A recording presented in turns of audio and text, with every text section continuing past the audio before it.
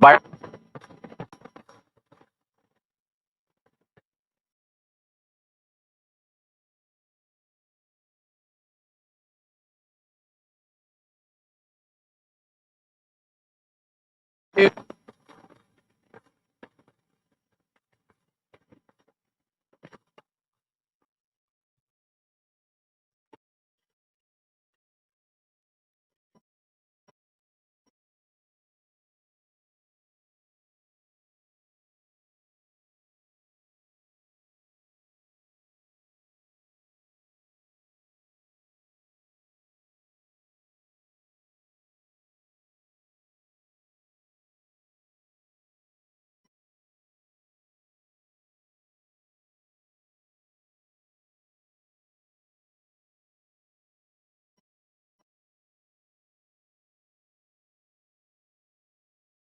failed. Who agrees with that?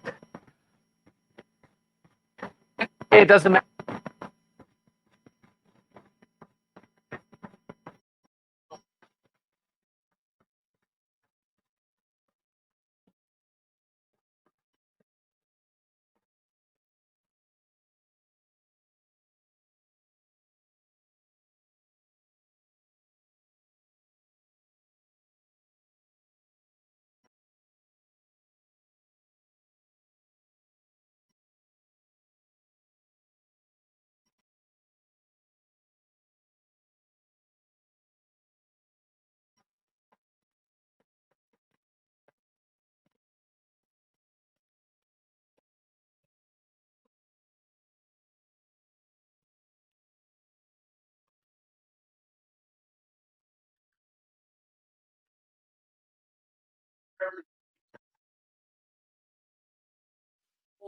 Capabilities on those workloads. And then again, you might have some that don't have any control on them. You might say, why would you do that? Well, because maybe the manufacturer will avoid warranty, right? So if you're a certain medical system, maybe they don't want your agent on it, right? They have an SLA that they have to maintain. So you're not going to get coverage across 100% of everything in the organization from an endpoint perspective. So there's an opportunity to expand our ability to detect. The point here is that as an adversary comes in, they're going to do something. That something is what we want to understand. And we want to understand it more specifically based on the adversaries that are targeting. Oh, by the way, I'm Jason Maynard. I'm field CTO, been in cybersecurity for 10 years. But anyways, so what happens? They get on one box. They never fail in one box. The goal isn't that, the goal would be land on the right box, get everything I need out of the organization to get out, right? But that's not reality. And so you're going to hit one box, and then you're going to use that box to elevate as the privilege, right? And eventually start moving laterally within the organization to find out where the crown jewels are. And so the network becomes the catalyst of this. You might say, of course you say that, you're consistent. No, it is. Like try to jump from one box to another box without a network, right? There is an opportunity there. Bottom line is this happens day in and day out. Now, once this happens, obviously ransomware, not like ransomware, it's in your face, right? It says, pay me now or you'll pay later, right? You're going to, one way or the other, you're going to pay. What's interesting is there's an article out today, a threat actor actually filed an SEC complaint against the company they compromised, knowing that they've already exceeded the allotted time for them to disclose the breach. The game is on. Like that's awesome. I know we don't want it to happen, but I think it's creative, right? Oh, you don't want to pay? You don't want to talk to me? Right? Everyone says don't pay ransomware until you're there. The game that definitely does change. So anyway, so if you don't disclose, know that you might be your whatever authority might be told that you haven't. And they have the documentation to prove it too. That's the interesting thing. Yeah, that's right. So there's things that they have to do in order to be successful, like spear phishing, inflation, activation, credential access, exfiltration. These things all have to happen. There's a lot of opportunity moving laterally. There's the opportunity. Maybe the network can provide some insight. Anyways, we see this time and time again. And again, if you don't pay, they'll just report you. And that's just today, right? So again, as we continue to add challenges for the adversary to become successful, They're going to become creative in the ways to force payment, right? Or invoke pain on you one way or another. So what we might want to start looking at, if we unilateral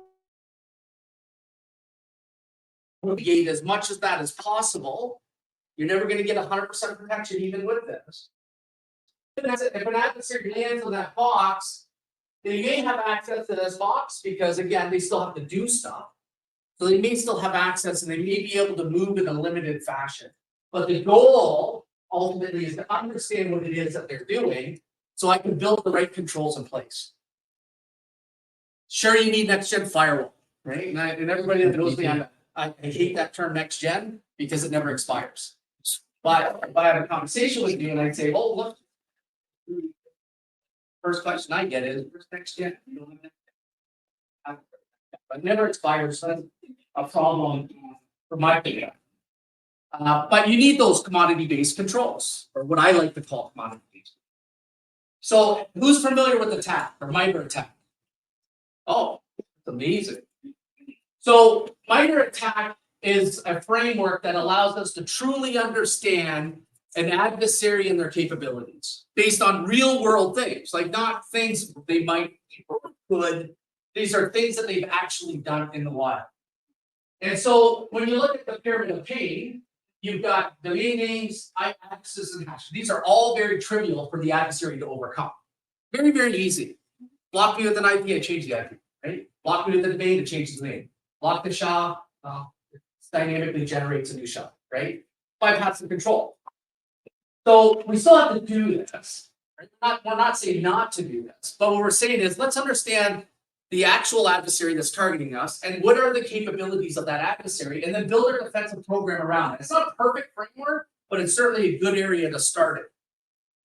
And as you go higher in the pyramid of pain, right, it becomes a little bit more difficult for the adversary to overcome. The pyramid of pain really is about leveraging these indicators or observations that you might be able to detect in the environment and make it difficult for the adversary to invoke pain on you, but more importantly, it invokes pain on them, right? That's the goal. And you make it difficult. If I have to reprogram the malware because you've taken a PowerShell and I'm living off the land on that particular asset, and you've now mitigated me from being able to use it, I have to bring in my own tool. If I have to bring in my own tool, now you have your next-gen firewall, right? The ability maybe to detect it there, maybe on the endpoint.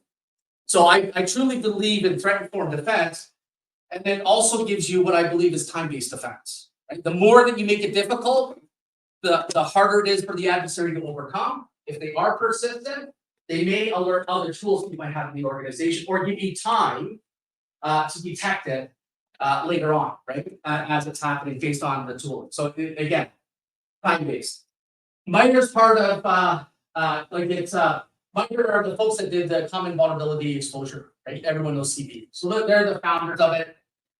Every vendor now has some level of partnership with MITRE, right? It's a tremendously valuable tool or framework to leverage.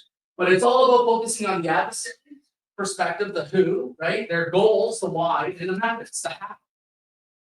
And when we talk MITRE, we talk in the same language as well. There's no confusion, right? There's a T identifier, or what I like to call T identifier, that maps to every tactic and technique and sub-technique that the adversary uses. And so when you look at a group, a threat group, the stuff in red are the things that they actually have access to, or part of their toolkit. These are all the things that they're going to do. So if you're looking at a specific threat actor, I know exactly what their capabilities are. And you might be saying, well, what if they change it? Yes, they might. Again, if they do change it and they are able to be successful, let's hope the community is feeding that back in, so then you understand it and you can build in your control. But you can see initial access, valid accounts. Persist or privilege escalation, valid accounts. Right? So that means they've popped somebody, right? They've got their username and password, and they're using a valid account to log in. So if I know that that's the technique, maybe if multi-factor authentication was in place, I now remove that as a risk, potentially, right? Again, there might be gaps depending on the services that you have. But that's the opportunity. And so you've got threat actors that are targeting, you'll get to understand each one of them more specifically, and then not only look at it from a vertical perspective, like healthcare or finance or oil and gas.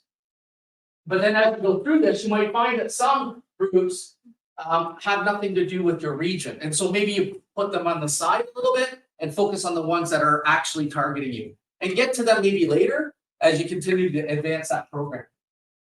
So when you look at legal, as an example, all the stuff in red is what you get from legal. Again, it depends on the search terms that you use. So everything in red is what they do.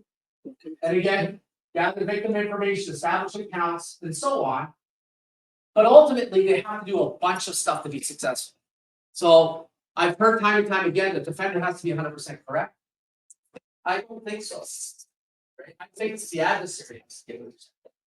They might have multiple options, but I have an opportunity to stop them in multiple different pieces of that attack chain or kill chain, whatever you want to call it. I have an opportunity as a defender. And so when you look at the attack chain, and I just added this morning because I really like this piece, but based on time, I'm going to have to go fast. But this attack chain, step 0 is reconnaissance, and then there's state, right? The technique that they have to use, right? Gather network information or IP address. Resource development, compromised accounts. You use social media accounts, right? Later on, you'll see a weaponized PDF be sent to you on your LinkedIn if you share it with me. Right? Like that's the goal, right? Is to try to get you to be comfortable with me in multiple different ways. Step 1, initial access, execution, persistence. You got defensive agent, discovery, lateral movement, collection, and command and control, and then exfiltration, and then the impact, right? Game over. So, and it doesn't mean that the game isn't over in other areas. It just means this is definitely a problem, right? When they get to this point. And so this was based on a very small snippet of legal, right? I couldn't include everything, it'd just be an eye chart. So you might be thinking, okay, that's great. Now I know these tactics and I know these techniques for the adversary that's targeting me. What is the opportunity for defenders here? Well, first off, step 0 is very difficult. So for example, if I'm looking for your external IP address, how do you stop it? You can't. Right? You can abstract as much as you want, but if I'm looking for it, you can't stop me using external sources. So it's limited in what you can do at step 0. But as you start moving along, drive-by compromise. Well, I can do browser inspection, right, or browser isolation, I should say, where I proxy your browser, and so there's no browser on your local machine, right? Maybe that's the way I can stop drive-by. Maybe a proxy or traditional web proxy, right? Filter that traffic, make sure that you don't go to those drive-by compromise sites. Is it 100%? No, but it's a control that I could add. And again, maybe I can't do the exploit public-facing application. Maybe for whatever reason I can't put a control over it. Actually, it'd be difficult to do that, right? If I'm exploiting a different vendor that you trust and I exploited their system, it's hard for you to control that, right? You can't. The bottom line is red is prevention. Right, so stopping it. Same thing with Windows Command Shell. So I can use EDR technologies or endpoint technologies. I can use maybe the registry. There's lots of things I can do to revoke or limit the access to certain command shells, right, on the platform. If I use, and there's nuance in this as well. So if I use PowerShell administratively, and I can't,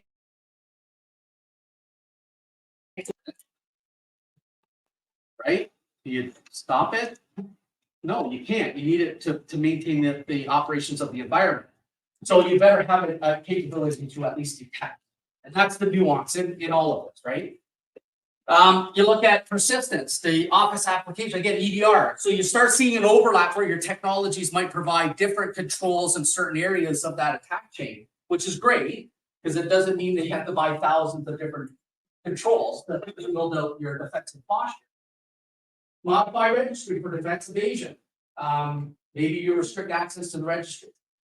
If you can't do that, maybe you have an endpoint detection response, can see modifications of that and do some indication of compromise against that change of that registry. Same thing with step 8 or 5, discovery, remote system discovery. So if I need the network and I can baseline the environment, then I know what something has changed. If this individual on the layer 2 boundary starts scanning the network, they've never done that before, I'd like to know. And you might be saying, well, I've got a firewall between the VLANs. Yeah, well, they have to cross that first. But in that segment, they can move laterally and freely in that segment. And if you don't at least have the ability to discover it, then you got to wait for that L3 boundary, and you might have, compromised the environment of a couple thousand hosts, right? By that time. We've got internal spear phishing, email security, network traffic control for data that's being shared on the shared drive on the network. You've got indirect tool transfer. This is where your next gen firewall might be able to come in, or your endpoint protection response. It could be email security if that's the mechanism. You got intrusion prevention for CNC channel. But if you're not decrypting it, you're not seeing very much of anything. And even if you decrypt, there's still a challenge. And that challenge is that adversaries are using cert pinning, right? So tying the signature to the authority, and it's very hard to manipulate. You can't. So you can't do person in the middle, man in the middle, or TLS proxy, whatever you want to call it. And the other one's QUIC.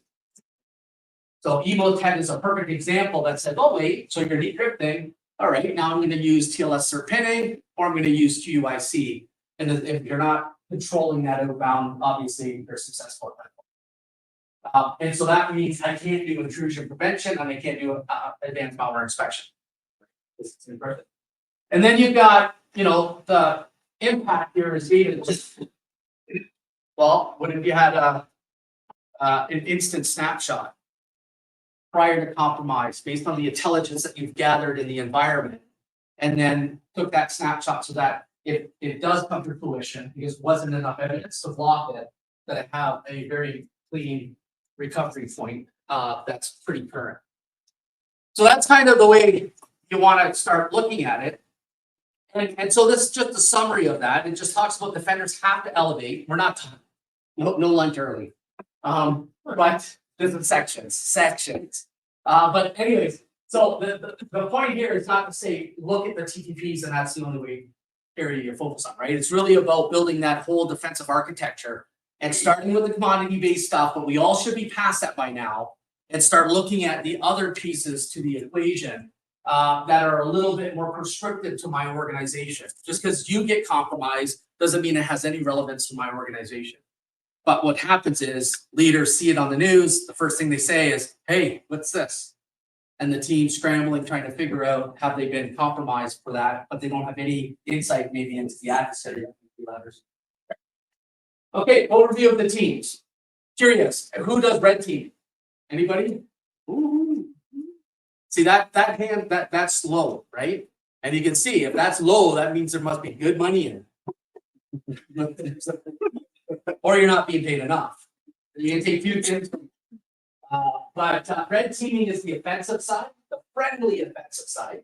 And then blue team is the defenders, and I'm going to assume most will fall under that group. And so this is just an overview of those teams, because again, we've got a whole, bunch of different skill sets in them, right, at different points of their career. So blue team, defenders of the organization, they're the ones that maintain the security posture. So they have a toolkit of capabilities, both prevention, detection, and response. Advanced risk reduction, hopefully with orchestration and automation. Augment all aspects of defense. So you'll see machine learning and artificial intelligence. They're almost become marketing terms in my mind, right? It's like cloud. It's becoming, everybody does AI. Like it's the newest thing that just come off, but everybody now, if you go look at every vendor, AI. We all do it. Everybody does it. Or do it. I don't. But you're certainly going to start leveraging, traditional machine learning capabilities, but moving it more into AI, right? More focusing on human behavior. And so activities can be network, cloud, monitoring, workload protection, network detection response, endpoint detection response, extended detection response, identity threat detection response, patch management, incident response, forensics, security operations. So that's kind of the blue team. And then the red team, they have probably the most fun, or maybe not. But anyways, they're going to test the organization's posture. And usually they do this siloed in most organizations. Like red team does their thing. They don't let the blue team know what's happening. And the exercise goes on and the blue team hopefully catches it, but most likely doesn't. The red team's successful. And then they test the information. Leverages a variety of tools, methodologies, creates reports, tells you about how bad things are, how easy it was. even though you spent lots of money. But they do things like bomb scan, you got penetration testing, social engineering, wireless network testing, application security testing, exploit development, breach attack simulation, threat intelligence research. Purple team. Is that a new team? Red and blue coming together. We're friends, me and you. Yeah. But anyway, red and blue teams come together. The whole goal in all of this now is not to do it in silos. It's really to work together and say, I'm going to punch you here. You better get ready for it, right? And they're going to say, I have these capabilities here. You're going to go, okay, we're testing this. So there's no hiding, right? They have as much information about each other, and then they work from there. The goal is to make sure that we enhance the security posture for the organization collectively as a team. So, the goal of that is to improve the overall posture, understanding the adversary's leveraging threat intelligence, stimulating tactics and techniques and procedures, identify and remediate anything that's detected or identified through that process. And that's kind of the purple team. Now, I cover Canada at large. I can say we're probably pretty immature in that area. We're not doing a lot of it. Most organizations have well-defined blue teams or defensive side. They're not doing as much on the offense side. And again, it's expensive. They might not have the skill sets internally, but there are partners out there that you can certainly leverage. Never mind purple team. There are certainly organizations that do it, but it's not as prevalent as it should. So, okay, so who does breach attack simulation? Yeah, you look around, there's not one hand up. Nobody does. Oh, loading. Yeah, those guys work in the dark, the closet. That's the way I envision it. Okay. What is breach attack simulation? All right. So first off, cyber kill chain for everybody, right? You got reconnaissance, weaponization, delivery, exploitation, installation, command and control, and actions on objective. This is what I'm talking about. If I can stop the delivery of anything that you weaponize, the rest of these things don't. They can't. I got to get you that thing that's weaponized in order for you to click it and bad happen.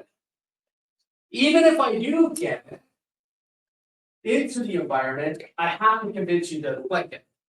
I think that's where AI is coming in and really changing the game around phishing and some of the things to get users to start clicking. Because it's not now the Nigerian prince asking for $500 so they can send you a million, right? With spelling mistakes everywhere. It's not that anymore.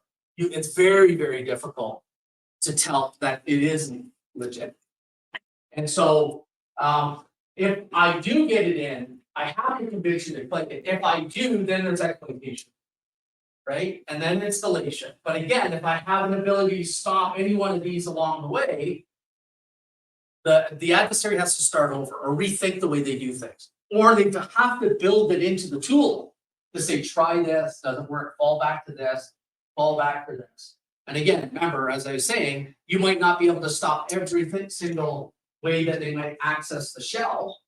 But if you get one that you can block, and then they try another and you can alert on it, now you've actually discovered that the adversary is in the environment. So breach simulation is really testing the current posture in place, but it's a real test. And we're going to go through a couple of examples of that. Helps identify weaknesses and vulnerabilities for a variety of attack vectors. Determines security effectiveness, right? The goal here is to see how well we can stand up to the adversaries that are targeting us. And they'll do things like reconnaissance, right? Scan the environment, understand the environment, then vulnerability scanning. All of these are noisemaker. And again, they're all using the network. Exploitation. You're going to do privilege escalation. You're going to try to get root access to that system, right? You want to be God on everything as much as possible. Lateral movement. Top one box, it's not over, right? The game, it starts all over again. I got to make all that noise again. Right? Try to figure out, map out the environment, look for additional vulnerabilities here, right? As I continue to move into segment to segment to segment. Data exfiltration. So as an adversary, do you start exfiltrating data from every box you compromise along the way? Or do you find a box that you've compromised and use it to start hoarding data and then use it to leak data out of the organization as slow as possible? Probably, because if you're trying to get it from every box, then that's an opportunity for the defenders to detect something suspect is happening. And then reporting, right? At the end of this, there has to be a report outlining exactly what was seen during the exercise to allow defenders to start building the controls needed to mitigate against that data. And so you might have an asset, reconnaissance, initial access, execution, privilege escalation takes place. Let's just summarize. There might be lateral movement from there. You have data exfiltration on one machine, maybe privilege escalation on another. Maybe again, data exfiltration. So again, when you start thinking about some of the controls of some of these tactics that you use, they're going to start applying across the entire ecosystem. Right? It's just not one area that you're building out that control. So the tooling that you can use here, there's a couple. You can use open source, or you can use commercial. And so open source things like Caldera, these folks are the ones that build the MITRE ATT&CK framework. So it's from MITRE. You know, it gives you very prescriptive based tests that you can do. Basically install an agent. And now I just saw with that ATT&CK you can do an agent test. But the point here in traditional breach attack simulation test, you install an agent on an endpoint as an example. You use that endpoint to make out the commands or execute tasks that you ask it. Then you can test your endpoint detection response capabilities, endpoint protection as a whole. You can test anything on the network that you might have to control, like a next-gen firewall. And so the benefits include, well, we can identify, first off, we're simulating attacks on systems in the network, right? So that's good. But obviously uncover any vulnerabilities or weaknesses within the posture of the organization. We can highlight any controls that might fail. Again, at the minimum, you want detection capabilities across the board. And then you can start prioritizing based on real risks, because you've identified. Compliance, it helps with compliance, evidence-based testing, demonstrates the ability to prevent, detect, and respond. Maybe avoid fines, or they call SEC as reporting alerting.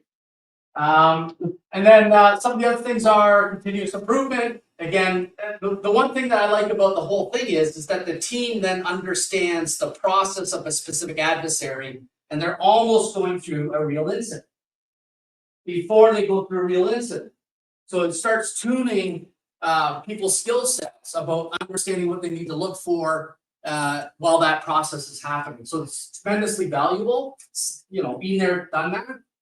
Stay ahead of the threat landscape, emerging threats, identify areas of focus, and then training and awareness, right? Simulation of phishing, emails, engineering attacks, other common tools, hands-on exercises. And you might be thinking, where did the images come from? Well, you know, I started dropping now. That's from images.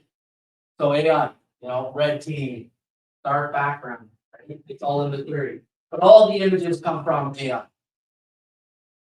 Okay, so we're almost at the demo part. So adversarial emulation. So the things that you're going to do, the steps involved here. First off, you're going to gather threat intel, you're going to extract the techniques, you're going to analyze and organize, and then ultimately develop the tools that you require in order to be successful, and then emulate the adversary. And then each one of these have certain things that you're going to do, right? Determine the adversary of interest. Strong focus on threat groups. That would be targeting the organization. Where can I go to get that information? Anyone? Yeah, MITRE, right? That'd be a good place to start. Identify post-exploitation, be it open shells, exploits, or a brute force attack.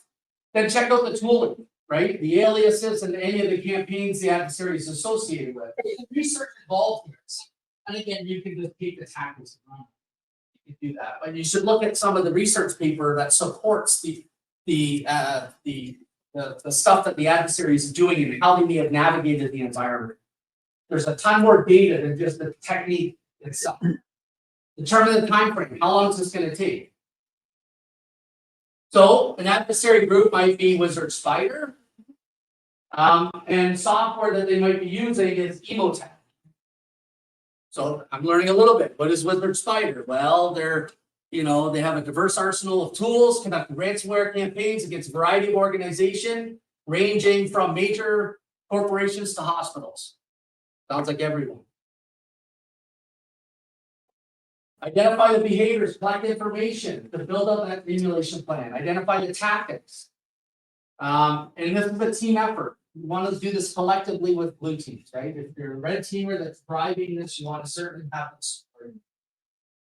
And so then once you do this, you can go to MITRE ATT&CK. There's a navigator tool that allows you to build this out. And what's cool here is that I've identified maybe on Wizard Spider the specific tactics and techniques. These are the things that they're going to do. And if I have the ability, I can go to my manufacturers and say, hey, vendor, can you give me your mapping to MITRE? Oh, thank you. And then you go to other vendors, and then you add the tabs and you say, show me the differences between the two. And then eventually what you do is get maybe a subset of these that you need to focus on. Because most likely you're going to have certain controls in place already. So analyze and organize, understand their objectives, their motivations. Again, who can help here? The why, what, and how is MITRE. And then you're going to get this. For whatever reason, I reversed the colors in this one. I fixed it in another deck, and I did fix it in this one. But anyways, the green are the things that they're able to do. The red is they're not in this case. So that specific group, that's only one threat actor. And again, the way they modify the registry, even though this is modify the registry, they might do certain things in order to make it successful. But if you have that ability in your defensive architecture, it's most likely going to apply across the board. Doesn't matter the adversary, right? There's a lot of similarities between groups as well. There's certain techniques that they certainly share. So then we want to figure out the tools, right? Are we going to develop the tooling ourselves? Probably not. We don't have enough time. You don't have enough time. So maybe we're going to get a commercially off the shelf product. Do we create something such as command and control, delivery capabilities? Maybe. Or you can use a tool. You can create payload or simulate attack infrastructure as needed as well. And again, this is where the skill set of that red team is needed. As much as you want, if you haven't done it before, you might want to leverage it. So creating this on your own is a craft, right? It's an art. And then you get, emulate the adversary. So we're going to set up the attack infrastructure, whatever that might look like. It could be C2 servers, so maybe install and test. Then you're going to emulate and drive towards their motivations. You're going to attack like the adversary. You don't go and done. Right? It's all about taking time and making sure that you're, slowly compromising the environment like the adversary would. If not, you're going to trigger any of the tools that are looking for certain behaviors in the environment, and it's not the result or the action the adversary would take, right? So if you want to do it low and slow as possible, and it's not done in silos, right? We talked about that. It's all team. All right, so this is the demo side. I'm going to have to go over here because I'm probably not going to be able to see what I'm showing here. So again, I want to reiterate. I have access to Cisco technology because I'm at Cisco. Pull out Cisco, put in any tool that you might have. I'm a big believer, don't worry about vendor A versus vendor B, because if that's where you're spending your time to displace technologies, you're probably not adding security effectiveness to the organization. You're better served to run the life of that technology stack and look for areas of opportunity. And this is where breach attack simulation can help. All right. So this one is leveraging firewall. And it's Cozy Bear is the adversary, and I don't know how small this will be for you guys, but this is Attack IQ. So this is a commercially off-the-shelf product. Again, I have no association with it whatsoever. So here, what I'm going to do is create and I'm going to walk you through the whole thing. Right? What time is this one done? 12:30. Oh, 12:30. Sorry, 12:20. 12:20. Okay, I'm going to go a little bit faster here. So what's happening here is that I'm going into Attack IQ and I'm building out the scenario I want to test. I'm keeping this simple. It's just an atomic test. one simple test. I'm going to test CNC for Cozy Bear. So the goal here is I got an endpoint with an agent that's going to make a connection to the firewall, and in hopes that the IPS determines the CNC and so on. I can tell you that that signature is not enabled here. And I go through and I show you that and it fails. So we're going to skip the failure part because that's an expected outcome. I wanted to show that. And what I've done then is said, okay, it's failed. Now you're going to do some level of control in your organization, right? Whatever it might be. You're going to build a signature. And then you're going to try to test again and see if it fails or succeeds. And so here I got thinking about, oh wait, everyone's talking about AI and everything like that. Because this is Snort, I'm able to come in and say, create a Snort version signature that follows a certain order. This is the message that I want it to give. This is the ID that I want to associate with it, and look for that particular path, that URI that the adversary is using with this particular campaign, right? And build that signature for me. And so I did that. And then I thought, okay, that's kind of neat. And then it comes and gives me an answer. Here's the signature, because again, it's Snort, so it's open source, so I can do that. There's the signature. I don't need to be an expert here. I just have to know how to build the query. That's the goal here. And then because I'm new, and this is what I love, this is just AI off the shelf, right? Then I can come in and say, tell me each line item and what it means. Look at alert. It's not proprietary, right? There's no secrets here. Here, flow to server established, right? Here's the content. This content keyword specifies the HTTP URI. So I'm learning as well as building out and control in the environment. So you can see how powerful. This is just using, a data set that's open to everyone. It's not even proprietary to Cisco's data set, right? So I take this and I put it in Notepad, and it's not perfect. When you import it, it gives me an error, and it tells me exactly where it is that the error is. So I had to make small adjustments. And again, the point here is probably based on my query. I could fix that if I get the query language right. I'll get the outcomes that I like. I can save that query moving forward and just replace the URI content in this particular case every single time, and I can create brand new signatures on the fly as needed. So I do the fix here, and then I go ahead and I'm just fast forwarding a little bit. I've imported it, and now I'm saying block in the platform. And so I go ahead into Snort version 3, rule override. I'm just double checking that the rule that I just imported is in fact here, and it's set to block. Okay, so that's good. It's set. I go ahead and deploy it. And then from there, I'm going to go ahead and test it. And I'm testing it now. I'm just fast forwarding it. And I can already see intrusion detection of that event. So that failed the first time. It's all green.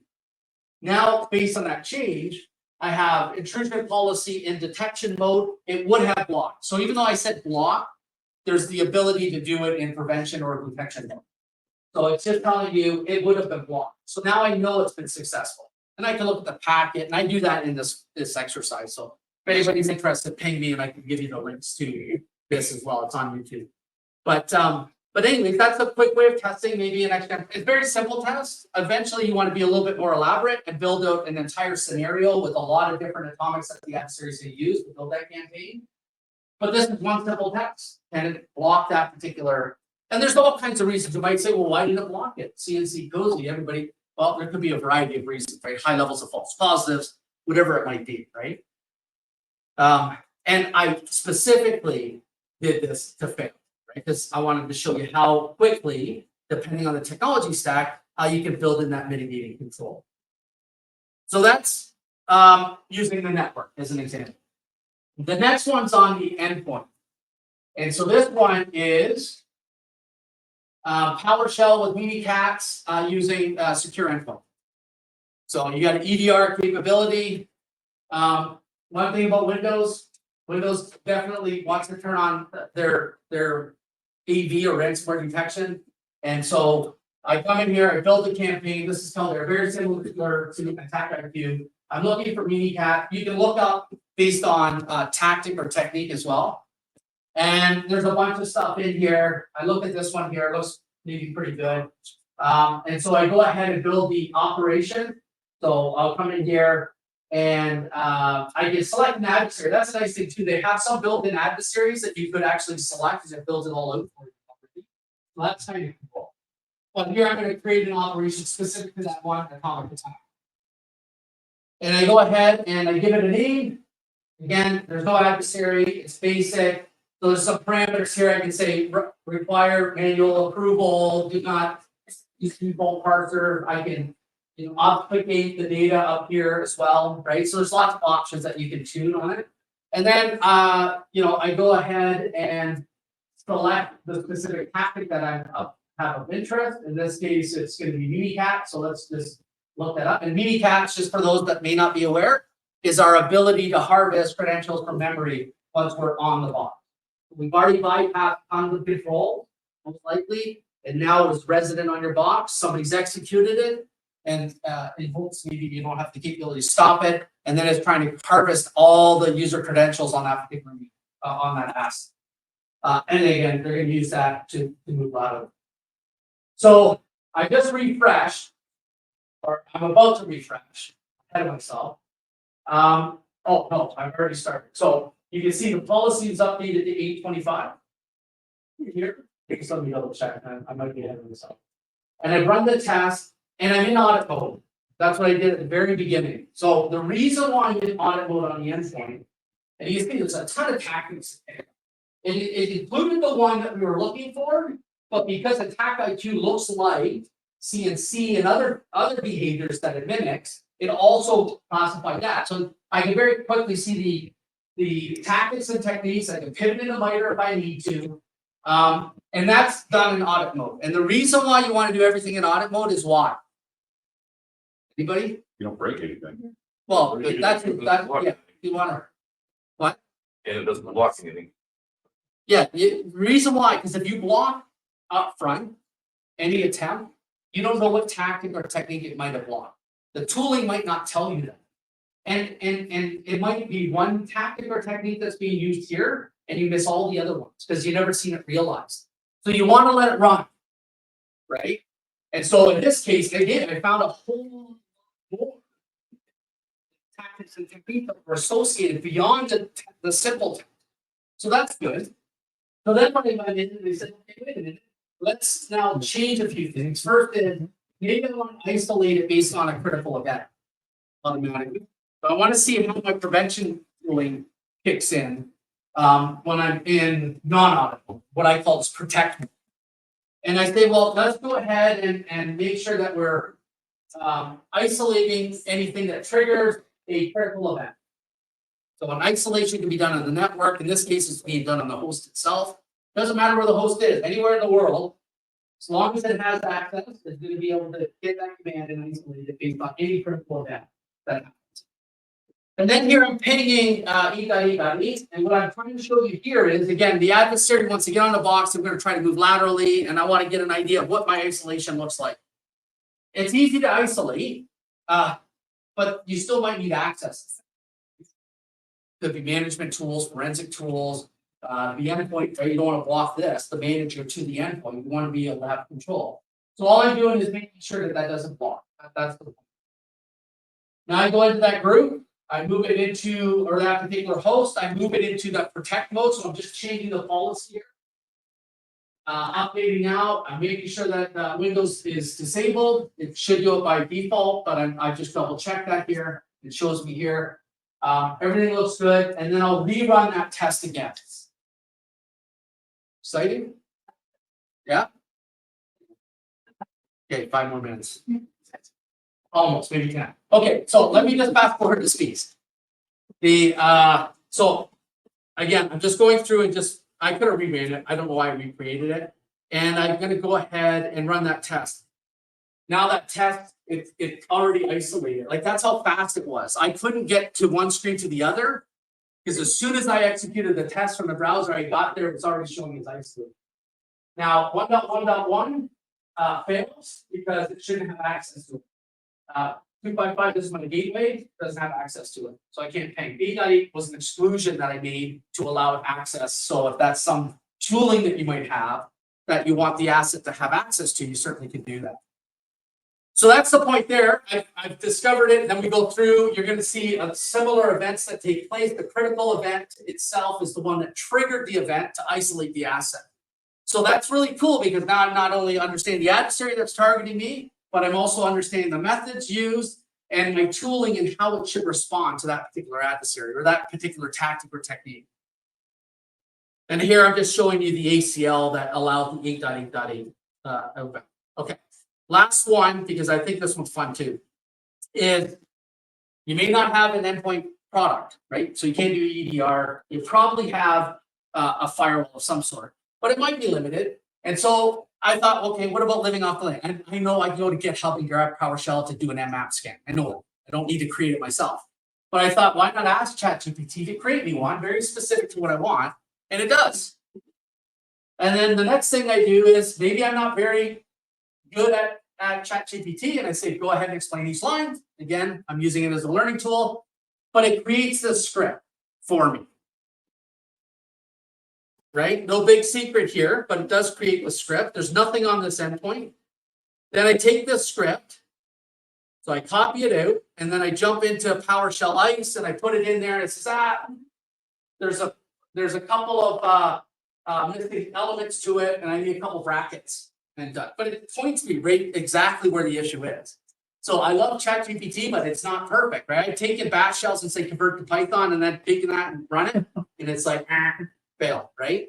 So you have to at least know as much as you're asking the tool to determine whether or not it's accurate. So now I've got this script, and now I'm living off the land. I'm not bringing in tooling, right? I'm actually now on the box. I'm going to run this script, and is my endpoint product going to catch it? No, there isn't one. Well, it would probably, but it's not because there's not one on. Well, there is, but there's not. Oh, it's Microsoft? Yeah, you get it. You heard it here live. But anyway, the point is that here's the PowerShell script. I run this script a little bit of time because now we're using the network to detect it. The network sees, oh, there's a behavior. Again, this is my tooling. Use what you want. Internal port scanner. So I may not have a control to stop. The point here is I have the ability to identify or detect the activity. And that's probably the most important piece. Everyone talks prevention, but tell me one vendor that does that 100% of the time. Nobody. Not one. So detection is more important than prevention.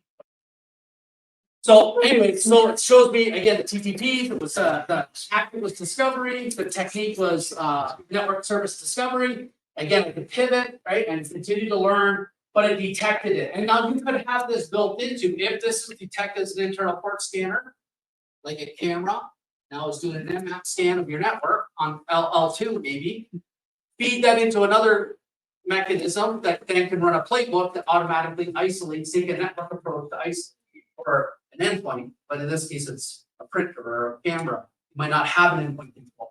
So you would use the network to automatically isolate that asset at 2 a.m.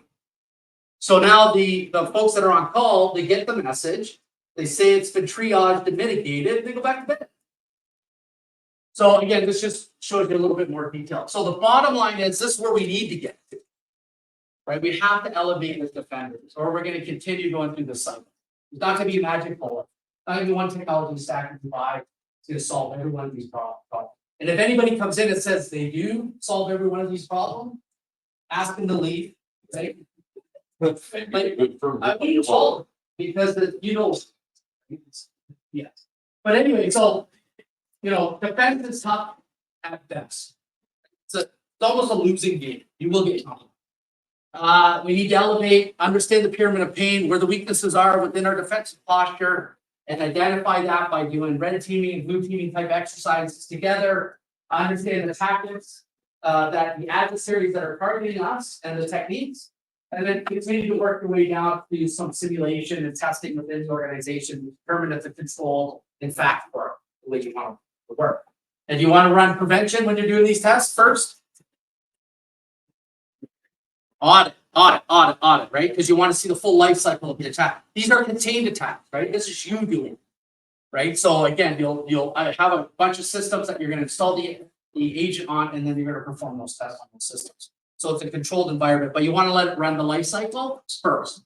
And then add your controls. Because they may have been successful, but you may still have blocked them at the very beginning. Right? So now you know you could stop the adversary from moving in. The thing is, if that prevention fails, the other stuff probably will be successful, or you won't know. And that's it.